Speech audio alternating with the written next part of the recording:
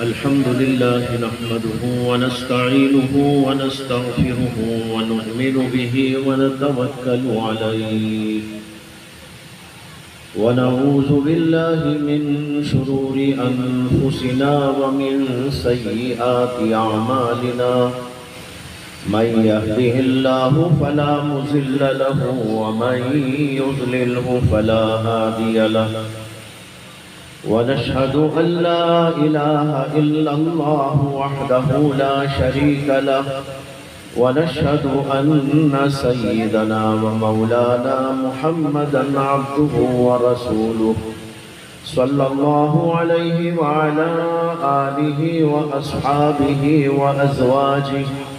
وأزواجه وذرياته وسلم تسليما كثيرا كثيرا.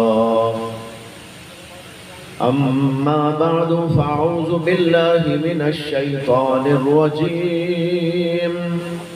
بسم الله الرحمن الرحيم. ومن يطع الله ورسوله ويخشى الله ويتقه فأولئك هم الفائزون.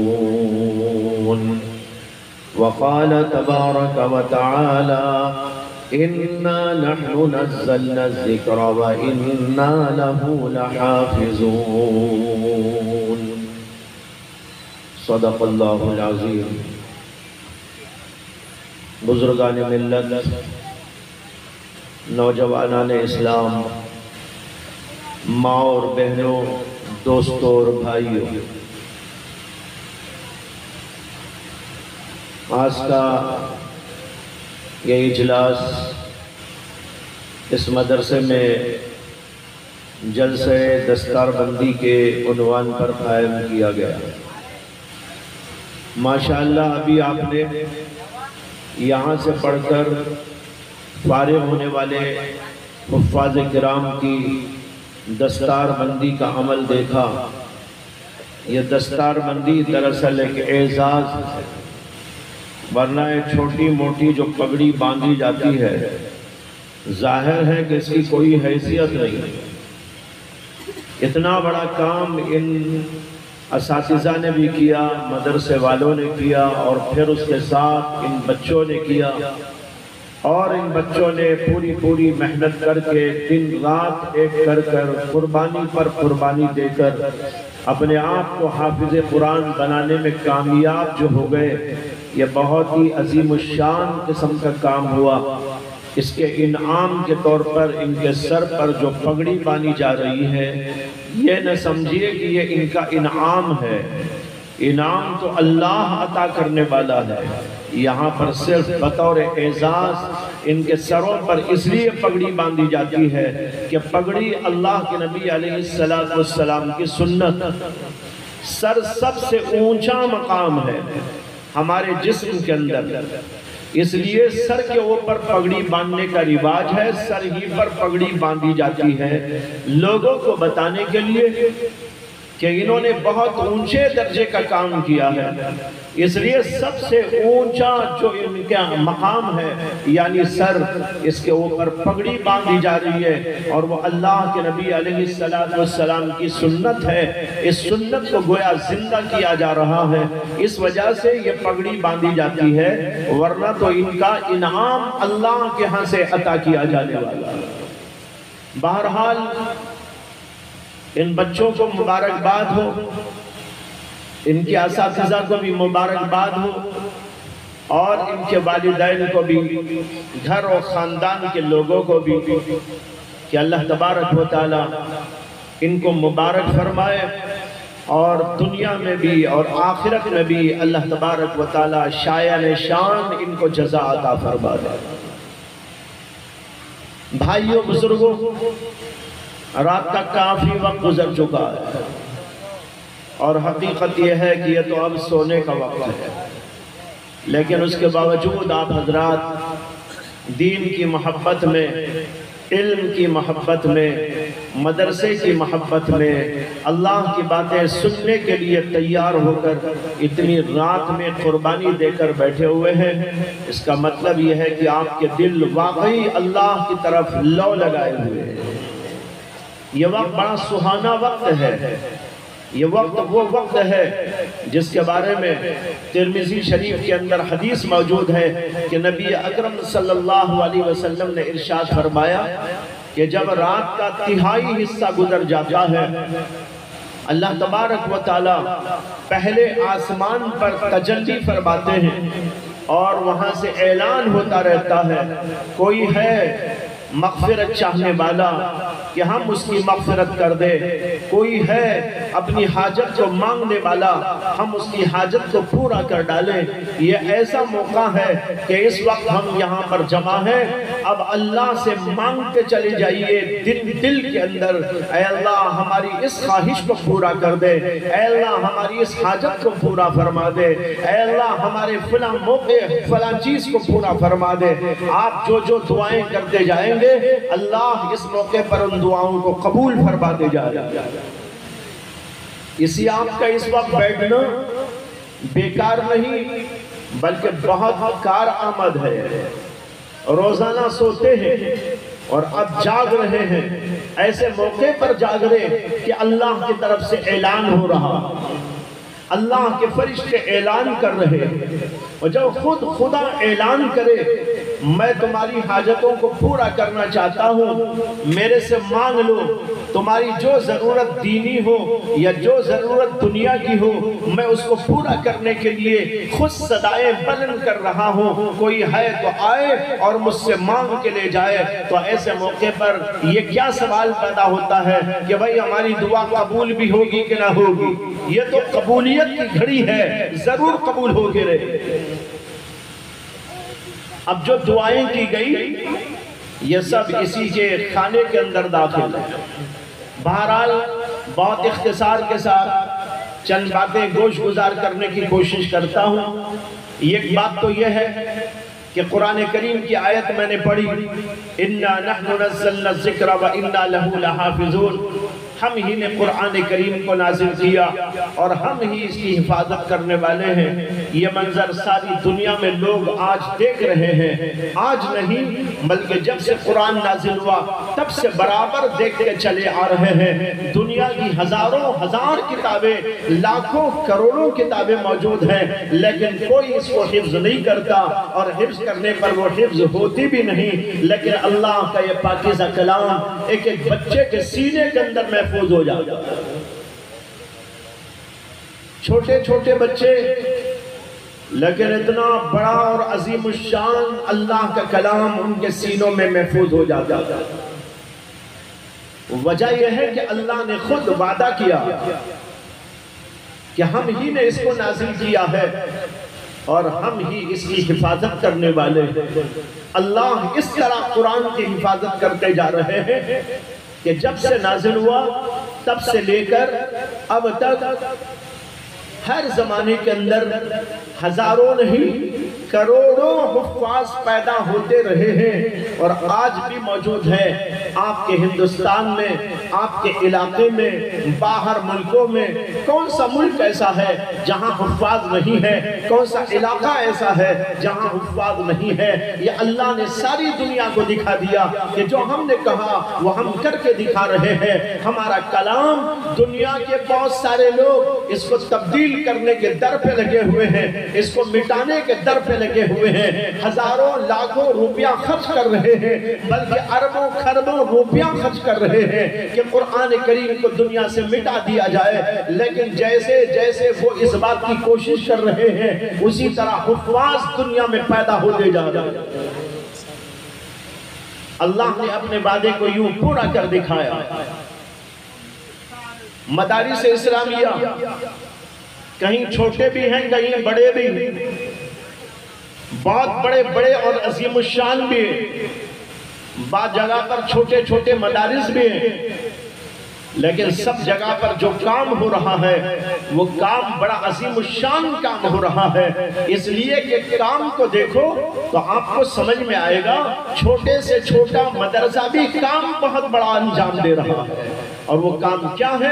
اللہ کے کلام کی حفاظت، رسول اکرم صلی اللہ علیہ وسلم کے کلام کی حفاظت، آپ کی سنتوں کی حفاظت، اللہ کی شریعت کی حفاظت، اللہ کے احکام کی حفاظت، اس میں کسی قسم کے رد و بدل کی کوئی گنجائش نہیں۔ دنیا کے لوگ بہت ساری کوششیں کرتے ہیں قرآن کو مٹا دیا جائے، حدیث کو مٹا دیا جائے، اس کے اندر تحریف کر دی جائے، اس کے اندر عدل بدل کر دیا جائے، لیکن یہ اللہ کا کلام برابر دنیا کے اندر محفوظ ہے اور انشاءاللہ قیامت تک محفوظ رہے۔ میں نے ایک آیت پڑھی جس کے اندر ہمارے اور آپ کے لیے بہت بڑا پیغام ہے۔ جلسے جو ہوتے ہیں ایک میلہ نہیں ہوتا، ایک پیغام ہوتا۔ میں یہاں آتے ہوئے دیکھ رہا تھا جتنے لوگ جلسہ گاہ میں موجود ہیں اس سے دگنے تگنے لوگ باہر ٹہل رہے، عورتیں بھی ہیں، مرد بھی ہیں، جوان بھی ہیں اور بچے بھی ہیں، یہاں سے وہاں تک جو ہے گھوم رہے ہیں اور پھر رہے۔ لیکن جب آپ مدرسے کے جلسے کے لیے آئے ہیں تو آپ لوگوں کو چاہیے کہ جلسہ گاہ میں پہنچے، علماء کے بیانات سنیں، کیا پیغام دیا جا رہا ہے اس کو لے کے جائے۔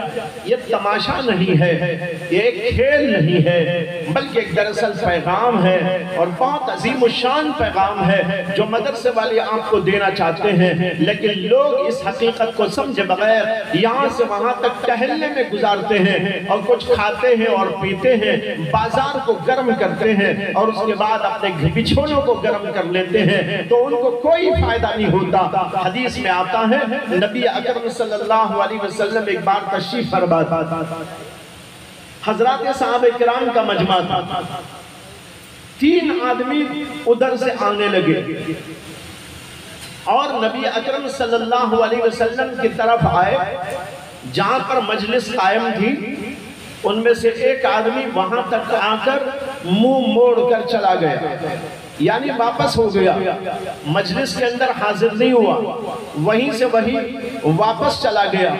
جو 2 آدمی تھے وہ مجلس کے اندر آئے، ان میں سے ایک آدمی جہاں جگہ ملی اخیر میں وہیں پر بیٹھ گیا اور ایک آدمی ذرا آگے بڑھ کر جہاں اس کو جگہ نظر آئی وہاں آگے بڑھ کر جا کر بیٹھ گیا۔ اللہ کے نبی علیہ السلام کی مجلس مبارکہ جاری تھی، جب آپ اپنی بات سے فارغ ہوئے تو یوں فرمایا کہ جو 3 آدمی آئے تھے ان میں سے ایک تو منہ موڑ کر چلا گیا، جو منہ موڑ کر چلا گیا اللہ نے بھی اس سے منہ موڑ لیا۔ وہ اللہ کی باتوں سے، نبی کی مجلس سے، دین کی مجلس سے منہ موڑ کر چلا گیا، اللہ بھی اس سے منہ موڑ لیا۔ اور جو باقی 2 آدمی تھے، ایک آدمی آخر میں ہی بیٹھ گیا تو اس نے جہاں جگہ پائی وہاں پر بیٹھ گیا، اللہ نے اس کو ٹھکانہ عطا فرما دیا۔ اور ایک آدمی جو آگے آ گیا اس کی بھی فضیلت اللہ کے نبی علیہ السلام نے بیان فرمائی۔ اس سے معلوم ہوا کہ دینی مجلسوں میں جب آنے کا موقع مل جائے اور مجلس تک بھی آپ آ جائیں اور اسی خیال سے آئے کہ مدرسے میں جلسہ ہو رہا ہے، یہاں پر علماء کے بیانات سننا ہے، یہاں کی باتوں سے استفادہ کرنا ہے، تو باہر سے چلا جانا اور کھیل کود کر، تماشا بازی کر اور وہیں سے کچھ جو ہے ٹہل کر چلا جانا، یہ بہت ہی بدقسمتی کی بات ہوتی ہے۔ آنے والوں کو چاہیے مجمع کے اندر داخل ہو، اور جو مجمع دین کے لیے جمع ہوتا ہے وہاں پر اللہ کی رحمتیں برستی ہیں، اللہ کے فرشتے اس کو ڈھانپ لیتے ہیں، اللہ کی رحمت ڈھانپ لیتی ہے، فرشتے بھی آ جاتے ہیں، بڑی ہی مبارک مجلسیں ہوتی ہیں۔ ایسی مجلسوں میں شرکت کرنا چاہیے، نئے کے بازاروں سے گھوم کر واپس چلے جانا چاہیے۔ مجھے آتے ہوئے بہت افسوس ہو رہا تھا، اسی افسوس کی بنیاد پر یہ بات عرض کرنا چاہ رہا ہوں کہ جب مجلس کی طرف آنے کا اللہ موقع دے دے اس کو گنوایا کیوں جائے، منہ موڑ کر جایا کیوں جائے، بلکہ آ کر استفادہ کرنے کی کوشش کرنی چاہیے۔ میں عرض کر رہا تھا یہ جلسے بہت بڑا پیغام ہوتے ہیں اللہ کا، دین کا، نبی کا۔ اس لیے ایک پیغام اس وقت آپ کو دینا چاہتا ہوں قرآن کی روشنی میں۔ اللہ تعالیٰ نے قرآن میں فرمایا مَن يُطِعِ اللَّهَ وَرَسُولَهُ وَيَخْشَ اللَّهَ وَيَتَّقْهِ فَأُولَئِكَ هُمُ الْفَائِزُونَ۔ جو لوگ اللہ کی اطاعت کرتے ہیں، اللہ کے رسول صلی اللہ علیہ وسلم کی بات مانتے ہیں اور ڈرتے ہیں، اللہ سے ڈرتے ہیں اور تقوی کی زندگی گزارتے ہیں، یہی وہ لوگ ہیں جو کامیاب ہونے والے ہیں۔ بھائیوں بزرگوں، ہم میں کوئی ایسا نہیں ہوگا جو یہ نہ چاہتا ہو کہ ہم کامیاب ہو جائیں۔ ہر آدمی کی خواہش ہے کہ ہم کامیاب ہو جائیں۔ کوئی نہیں چاہتا میں دنیا میں ناکام ہو جاؤں یا آخرت میں ناکام ہو جاؤں۔ ہر آدمی کی خواہش و تمنا ہے، اور ہر آدمی کی خواہش و تمنا ہونا بھی چاہیے کہ ہم کامیاب ہو جائیں۔ لیکن کامیابی کیسے ملتی ہے؟ کامیابی کا اصول کیا ہے؟ کامیابی کا راز کیا ہے؟ کامیابی کن چیزوں کے اندر رکھی ہوئی ہے؟ اس کو قرآن کریم نے اس آیت کے اندر بیان فرما دیا، اور 4 باتیں بیان فرما دی۔ جو ان 4 باتوں کو لے کر زندگی گزارتا ہے وہ کامیاب انسان ہے، اور جو ان 4 باتوں کو اختیار نہیں کرتا، چاہے اس کے پاس مال و دولت ہو، چاہے اس کے پاس ڈگری اور عہدے اور منصب ہو، یا اور کوئی چیز دنیا کی اس کے پاس موجود ہو، لیکن وہ کامیاب انسان نہیں ہے۔ وہ عورت بھی کامیاب نہیں، وہ مرد بھی کامیاب نہیں، وہ بچہ بھی کامیاب نہیں، وہ بوڑھا بھی کامیاب نہیں، وہ نوجوان بھی کامیاب نہیں، دنیا کا کوئی بھی انسان کامیاب نہیں جو ان 4 اصولوں کا پابند نہ ہو۔ جو آدمی ان 4 اصولوں پر چلنے والا وہ ضرور بھی ضرور کامیاب ہے، اللہ کی نگاہ میں کامیاب ہے۔ وہ کیا 4 اصول ہیں؟ اللہ نے 4 باتیں فرمائی۔ مَن یُطِعِ اللَّهَ، اللہ کی اطاعت، دوسرے اللہ کے رسول کی اطاعت۔ ہم سب کے سب جانتے ہیں کہ اللہ تبارک و تعالیٰ نے ہمیں انسان بنایا، کتنی بڑی اللہ کی نعمت۔ اگر اللہ تبارک و تعالیٰ ہمیں انسان نہ بناتا، مٹی کا ڈھیر بنا دیتا، پتھر بنا دیتا، دیوار بنا دیتا، یا کتا بنا دیتا، بلی بنا دیتا، یا اور کوئی جانور بنا دیتا، اللہ کو قدرت تھی کہ وہ ہم کو چاہتا تو یہ سب کچھ بنا سکتا تھا۔ جیسے اللہ نے مٹی کو بنایا، اسی اللہ نے مٹی بنائی ہے جو ہمارے پیروں، وہ کتے و بلیاں جو ہمارے سامنے سے گزرتی ہیں، وہ اللہ ہی کی مخلوق ہے، اللہ ہی نے ان کو بنایا۔ لیکن اللہ نے ہم کو اور آپ کو کتنا بڑا شرف عطا کیا کہ کتا نہیں بنایا، بلی نہیں بنایا، مٹی نہیں بنایا، پتھر نہیں بنایا، تنکا نہیں بنایا، درخت نہیں بنایا، پتا نہیں بنایا، اور کوئی چیز نہیں بنایا، بلکہ اللہ نے ہم کو انسان بنا کر پیدا فرمایا۔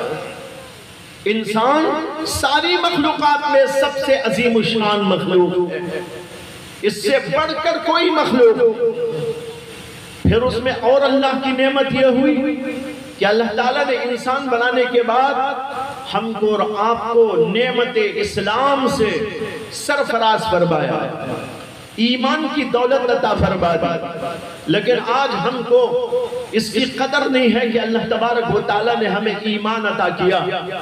دیکھو کتنی بڑی چیز ہے ایمان، لیکن اس کے باوجود ہمارے دلوں کے اندر اس کی قدر نہیں۔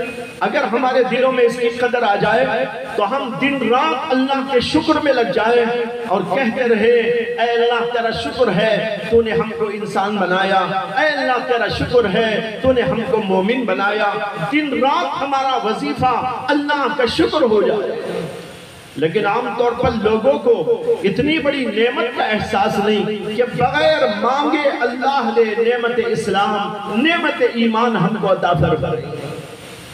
جب نعمت ایمان اللہ نے ہم کو عطا فرما دی تو بھائی ہمارے لیے ضروری ہے کہ ہم اس نعمت ایمان کی قدر کریں اور نعمت ایمان کو سمجھیں، اور نعمت ایمان کی قدر کرتے ہوئے دنیا میں اس طرح جیے جیسے کہ مومن جیا کرتا ہے، جانوروں کی طرح نہ جیے۔ اللہ نے ہم کو جانور نہیں بنایا، لیکن ہم انسان ہو کر بھی جانور بن جاتے ہیں۔ ہم انسان ہونے کے باوجود کبھی وہ حرکتیں کرتے ہیں جو کتے کیا کرتے ہیں، جو بلیاں کیا کرتی ہیں، جو جانور کیا کرتے ہیں۔ یعنی ہمارا کام کیا ہے؟ صرف کھانا، پینا، سونا، خواہشات کو پورا کرنا، بازار کو جانا، کما کے لے آنا، کھیتی باڑی کرنا، کما کے لے آنا، کھانا، اور اس طرح زندگی گزار کے چلا جانا۔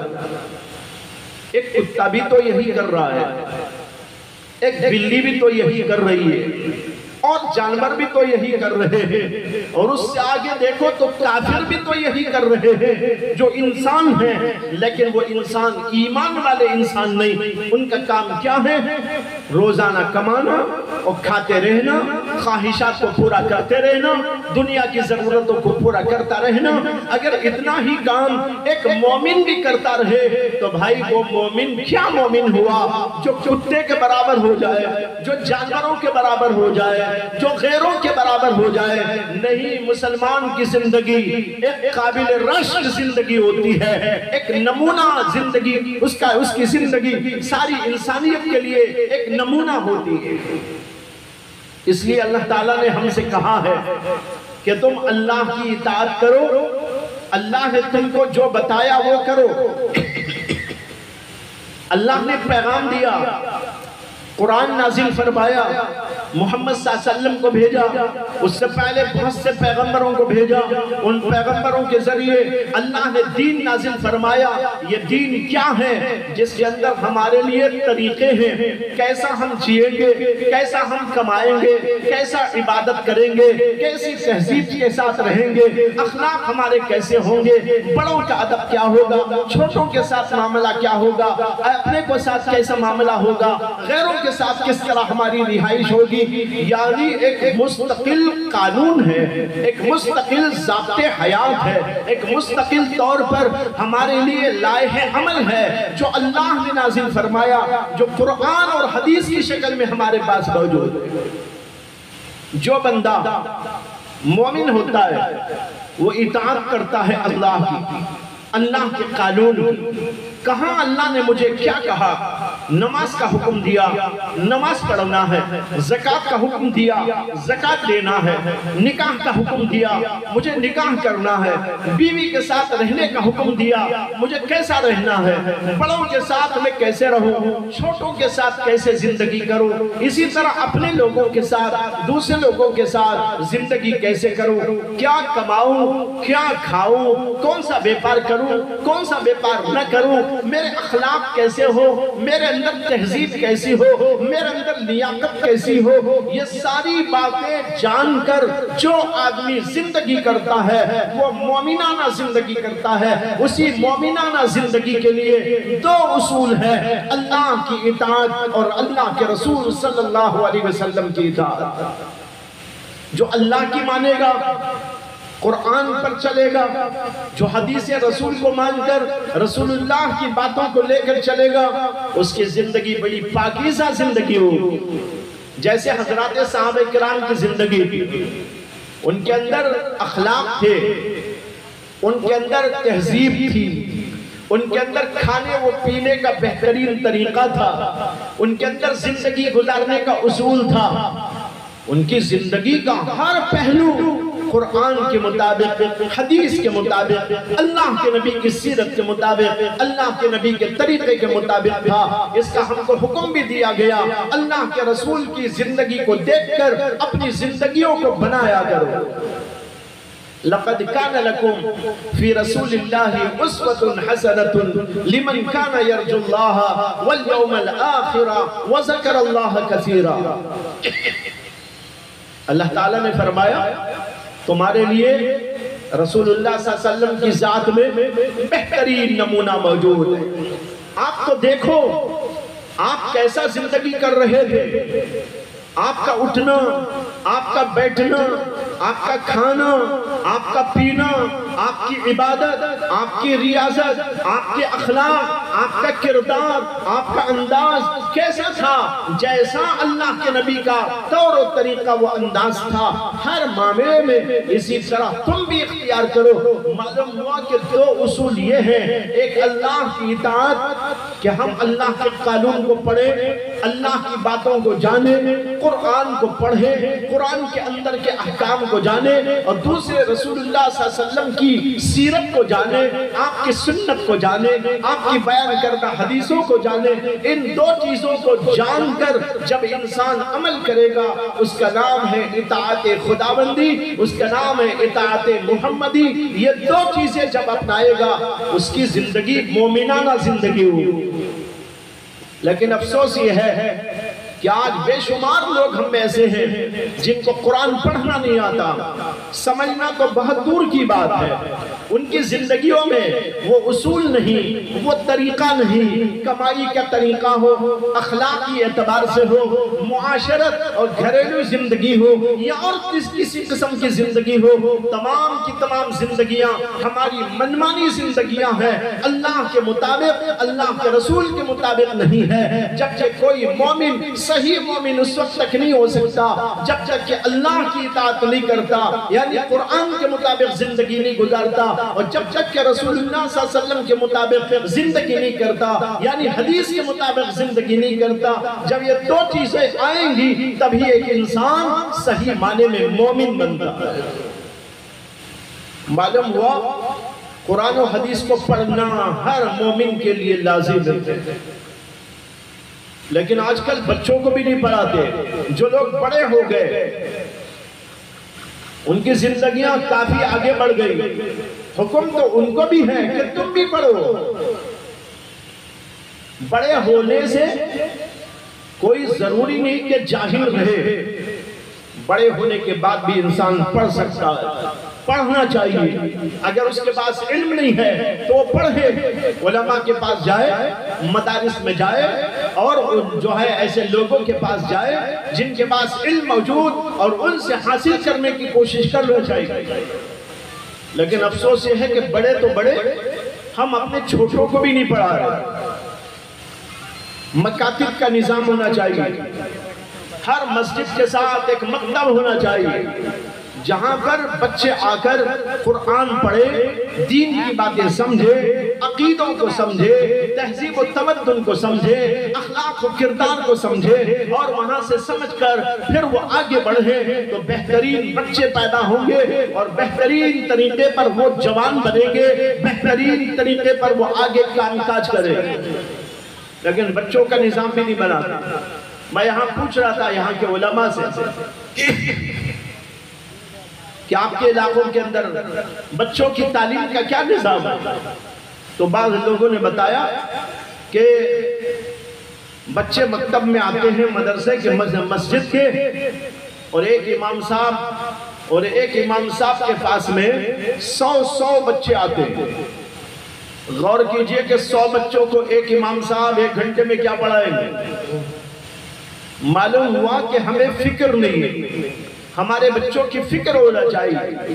یہ اس لیے ہو رہا ہے کہ ہم لوگ اپنے بچوں کو پڑھانے کی فکر بھی نہیں کرتے، اور بچوں کو پڑھانے کے لیے خرچ بھی نہیں کرتے۔ ہمارے بچوں کو آگے بڑھانے کے لیے جو طریقے، جو اصول، جو ضابطے ہیں اس کو بھی اختیار نہیں کرتے، بس یوں ہی بھیج کر بیٹھ گئے۔ وہ پڑھ رہے ہیں کہ نہیں پڑھ رہے ہیں، کسی کو اس بات کی فکر نہیں۔ معلوم ہوا کہ بچوں کے سلسلے میں ہم بہت ہی ظلم کا معاملہ کرتے ہیں۔ اگر ایسا ہو تو یہ بچوں پر ظلم ہے کہ ان کو تعلیم سے محروم رکھا جا رہا ہے۔ ایک امام صاحب یا ایک مدرس صاحب 100 بچوں کو، 80 بچوں کو 1 گھنٹے میں 1.5 گھنٹے میں کیسے پڑھا سکتے ہیں؟ اصول یہ ہے کہ ایک مدرس اور ایک امام کے پاس 1 گھنٹہ 1.5 گھنٹے میں صرف 15 سے 20 بچے ہونا چاہیے۔ اب 15 سے 20 بچوں کے علاوہ جو وہاں پر اور 60-70 بچے 80 بچے اور ہیں، ظاہر بات ہے ان کے لیے تو دوسرا نظام ہونا چاہیے۔ ہر مسجد کے اندر ایک مدرس نہیں، اگر وہاں 100 بچے آ رہے ہوں تو 5 مدرس ہونے چاہیے۔ بلکہ 6-7 مدرس ہونا چاہیے. ان کا خرچہ آپ لوگوں کو برداشت کرنا چاہیے. اپنے بچے کے لیے مدرس کا خرچہ برداشت کرو, اس کی تنخواہ دو. اگر تنخواہ آپ نہیں دیں گے وہ کہاں سے کھائے گا, وہ کیسے آپ کے بچوں کو پڑھائے گا؟ جب اس نے اپنے آپ کو فارغ کر دیا, دنیا کے کاموں سے فارغ کر دیا کہ میں اور کوئی دھندا نہیں کروں گا, میں اور کوئی کام نہیں کروں گا, میں صرف امت کے بچوں کو پڑھایا کروں گا, تو امت کے ذمہ لازم ہے کہ ان کا خرچہ برداشت کرے. لیکن افسوس یہ ہے کہ ہم اپنے جیب سے کچھ پیسہ خرچ بھی نہیں کرنا چاہتے اور بچوں کی تعلیم کا نظام بنانا نہیں چاہتے. بھائیوں, ہر آدمی پر لازم ہے.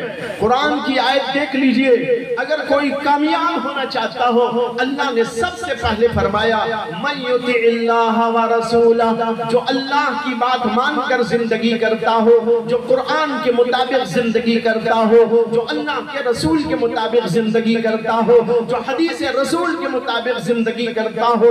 معلوم ہوا قرآن کو پڑھ کر, حدیث کو پڑھ کر, دین کو پڑھ کر اپنے اندر اتنی لیاقت, اتنی صلاحیت پیدا کرنے کی ضرورت ہے کہ ہم اللہ اور اللہ کے رسول کے قانون کے مطابق زندگی کریں. اس کے بعد میں اللہ نے کہا وَيَخْشَ اللَّهَ وَيَتَّقْهِ, اللہ کی رسول کی بات مان کر زندگی کرنا. اور جو آدمی کے اللہ سے ڈر کر زندگی گزارتا ہو, اس کے دل میں اللہ کا ڈر آ گیا, میں غلط کام کروں گا تو اللہ پوچھیں گے, میں نے گناہ کیا تو اللہ کے ہاں جواب دینا ہوگا. جب اس کے دل میں اللہ کا ڈر آ جائے گا, کتنی اچھی زندگی اس کی ہوگی.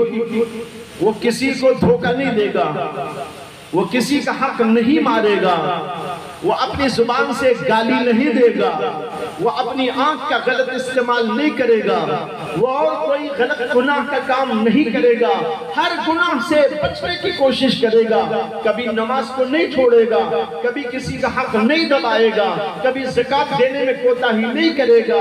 اسی طریقے پر دین کے کاموں اور دین کی خدمت کرنے میں جی نہیں چھڑائے گا, ہر کام کے لیے آگے بڑھتا چلا جائے گا. ابھی آپ نے یہاں پر چندے کا اعلان ہوا, تو جو چندہ دیا یہ بھی تو اللہ ہی کے لیے دیا, اللہ سے ڈر کر دیا کہ اللہ اگر پوچھے تجھے میں نے مان دیا تھا لیکن تو نے اپنی ذات کے لیے تو قربان کیا تھا, اپنے لیے تو بہت کچھ کیا تھا, لیکن میرے نام پر جب اس سے مانگا جا رہا تھا تو نے کیوں نہیں دیا؟ یہ آپ کے دل میں ڈر آیا, آپ نے اٹھا کر اللہ کے لیے دیا. یہ اللہ کے ڈر کا نتیجہ ہوتا ہے. اللہ کا ڈر انسان کو گناہوں سے بچا لیتا, ٹھیک زندگی پر قائم کر دیتا ہے. تو ایک تو اللہ اور اللہ کے رسول کی باتوں کو پڑھنا, جاننا, اس کا علم حاصل کرنا اور پھر اس کے بعد زندگی گزارنا.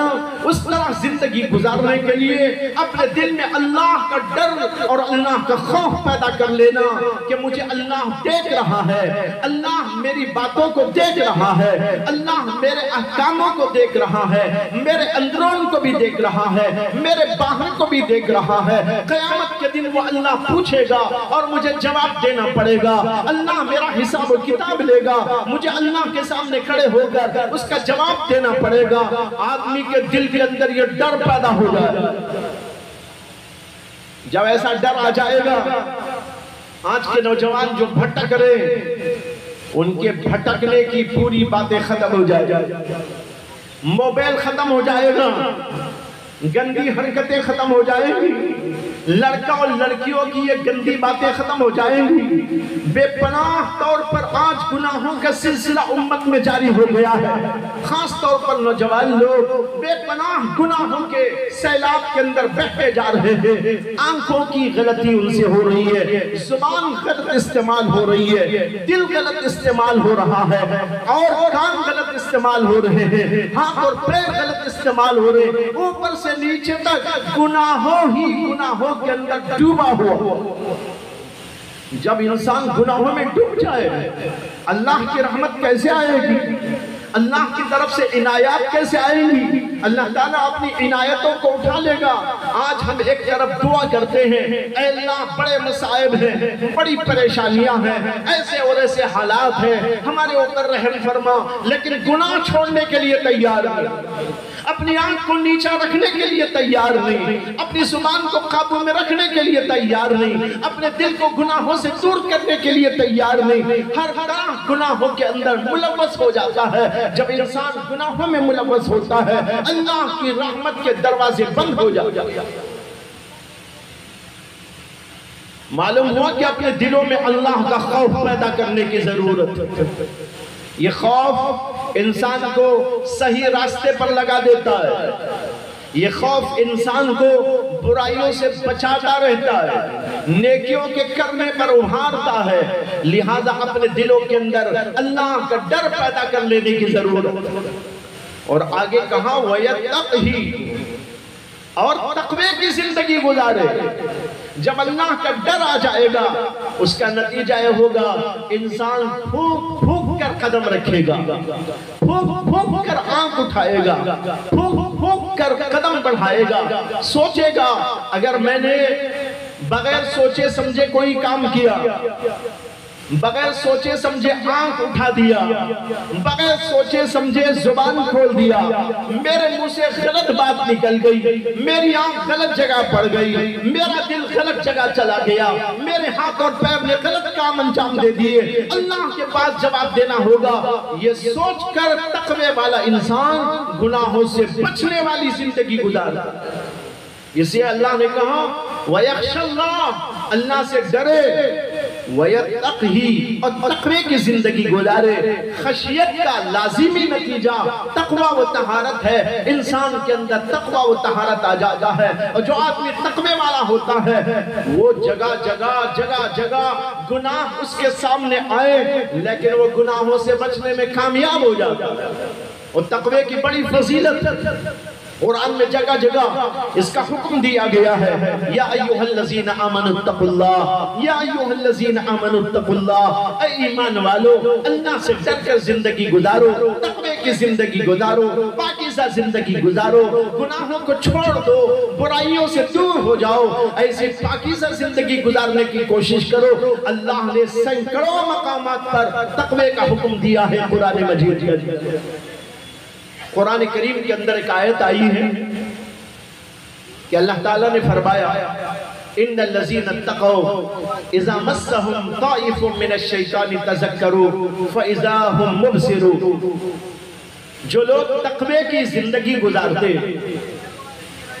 جب ان کو کوئی شیطانی وسوسہ آ جاتا ہے، شیطان تو سب کو وسوسے ڈالتا ہے، بزرگوں کو بھی ڈالتا ہے، ولیوں کو بھی ڈالتا ہے، غوث و قطب و ابدال کو بھی ڈالتا ہے، لیکن ان کی زندگیاں کیسی ہوتی ہیں؟ اللہ نے اس کا نقشہ کھینچا، ان الذین اتقوا اذا مسهم طائف من الشیطان، طائفہ کے معنی آتے ہیں وسوسہ۔ وہ لوگ جو تقوی والے ہیں جب ان کو شیطان کی طرف سے کوئی وسوسہ ہوتا ہے تذکروا، تو وہ اللہ کو یاد کرتے، اللہ کے جلال کو یاد کرتے ہیں، اللہ کی عظمت کو یاد کرتے ہیں، یا اللہ کے عذاب کو یاد کرتے ہیں کہ اگر تو نے گناہ کا کام کر لیا اللہ کا عذاب آ جائے گا، اللہ دیکھ رہے ہیں، اللہ پکڑ لیں گے، اللہ کی طرف سے کوئی وبال آ جائے گا، اس آدمی کا دل کانپنے لگے گا۔ تذکروا، وہ یاد کرتا ہے اللہ کو، اللہ کی جلالت اور عظمت اور اس کی بزرگی کو، اور پھر کیا ہوتا ہے فَإِذَا هُمْ مُبْصِرُونَ، اچانک اس کی آنکھیں کھل جاتی ہے اور وہ گناہ سے بچنے میں کامیاب ہو جاتا ہے۔ اس آیت کے تحت علامہ ابن کثیر نے ایک واقعہ لکھا حضرت سیدنا عمر بن خطاب رضی اللہ عنہ کے زمانے میں۔ حضرت عمر کے زمانے میں ایک نوجوان تھا، بڑا متقی، بڑا پرہیزگار، ہر وقت مسجد نبوی کے اندر رہتا، ذکر و فکر میں، نماز و دعا میں، تلاوت میں، مختلف عبادات میں، گھر کو ضرورت کے لیے جاتا اور اپنے کام کاج کے لیے جاتا، باقی جو وقت ملتا وہ مسجد کے اندر گزارتا تھا۔ اس زمانے کی کوئی عورت اس نوجوان خوبصورت لڑکے کے پیچھے پڑ گئی کہ اس کو کسی طرح بہکا کر گناہ میں مبتلا کر دے۔